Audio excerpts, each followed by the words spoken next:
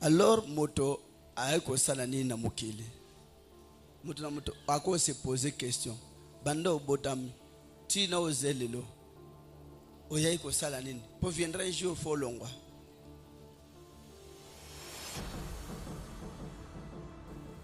Moto na moto a comprendre amituna oya ki ko sala nini et pourquoi ozali yondelelo.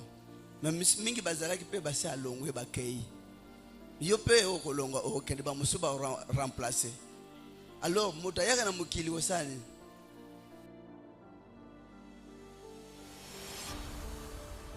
Moto azali voyageur. Lokola moto azali voyageur aye na mukili. Moto ake en voyage. Tango akomi na mboka yambo ya liboso akomi na mboka ya sika. Asala liboso ni. Donc azo admirer. Première chose ya mwana so abotami tangu misi mafungwani azo admirer beauté ya eloko aye ukuta na mokili na makamtu azo mona. Donc tous les jours l'homme admire eloko ya wachaki na yemoko azo admirer pe baninga. C'est à tel point que vous comprendre qui signifie adorer. On adore Dieu. Et comment on adore? Vous êtes venu admirer. Vous voyez qu'on admirer ordre au Yahwachaki na mokili. L'ordre de l'Éternel avec beaucoup de respect. Mais mutakanisi aeko détruire. L'homme est venu tout simplement pour mutami moniye a terminé na mokili. Donc musana ye awazaki bien tengana panza boy na longola boy na bongisa boy o muto aza bien na longola ye o yepe ngana tikala entre temps ya ukende ni amo ifo na liango abomi. L'homme au lieu tout simplement à la véritable tourisme à respecter mboka moto mais tant que moto azoke na tourisme ça veut dire na tourisme ba futa ka ticket. Par exemple, batu baket tourisme na parc ya Virunga. Ba admeta ba pesa ba autorisation so komi ba niamo ozo mona boma olia. Dobino boyaki na parc na tata. Maintenant boyaki na parc, voilà ce qu'il fait ici de jardin de Dain.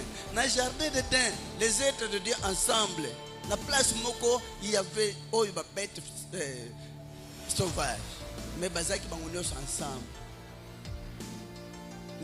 banyamo eliaka baninga ekolia même na moto lion bazako vana na moto na dans na Ève tigre bazo vana na dans Ève léopard bazo vana na dans Ève biloko tout eza ba carnivore ba animaux nyonso oza ya mabe ya kolia mais tango ba détruire l'homme a bandit destruction. Il y a être vivant. Nda longwe ko za na jardin. Tant muta kota na jardin ya ba fleur. Asala kanini. Miso zo tourner partout tala ba fleur, beauté à fleur, atali fleur. Oyaki kaka ukola touriste moko boy na mokili. Alors, na tourisme na yo eza mission ko la pesa ki na mwandang po mwatangu muke ozana ngona mokili alingi yo. Lokola yepa alingio do yope olingaki kosala kaka simple admiration ko admirer nature ko admirer kaka création tant mwana bota maka ti aza mwana muke eloko azosala tous les jours découverte ko admirer na ko admirer ayebi ko finga te ayebi ko beta te ayebi ko kima te ayebi ko makotomboka te rien que ko admirer.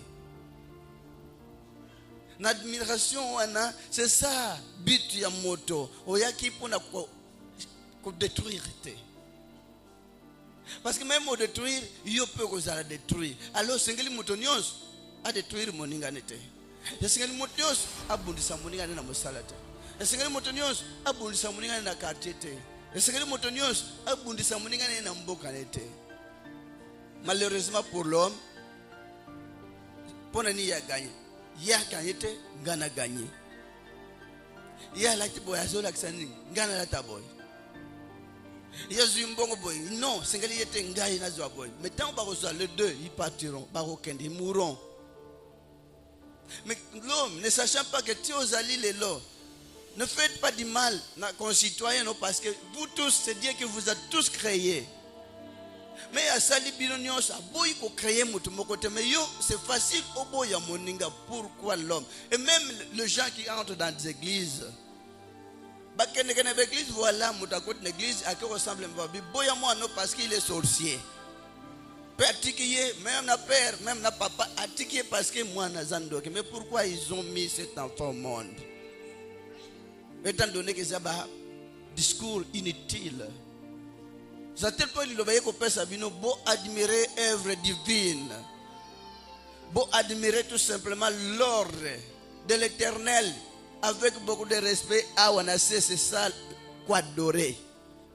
On adore Dieu comment? Est-ce qu'on monte dans des montagnes, na bangomba ou matina ngomba lula boba kenegena mangengenge, bako adorer Dieu. Est-ce qu'on monte nzambango?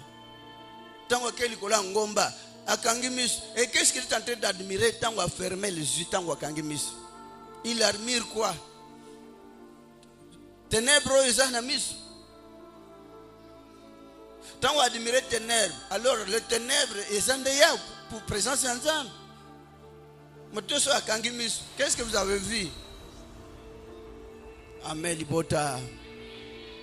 Maintenant, bino le sang na bino ezaka kwa adorer nzam. Oh Seigneur, ce soit sali mon Dieu. Seigneur, sauve-moi. Voilà l'homme qui adore Dieu. Non, azoko loba.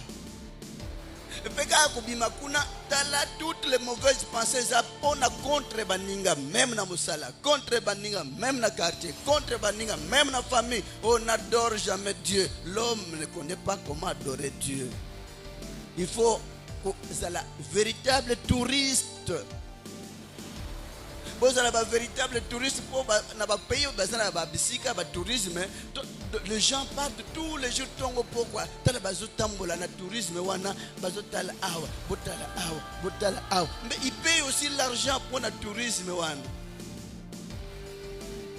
Pour une église, oyo okendo tambula ngona libanda zana crainte ya kubouger le boko no contre moninga zana crainte ya kubouger monoko no contre moninga zana crainte ya kubouger zoto no contre baninga. Voilà ce qu'il fallait faire pour bien adorer ce Dieu là. Dieu c'est qui? Nature nyonso a créé.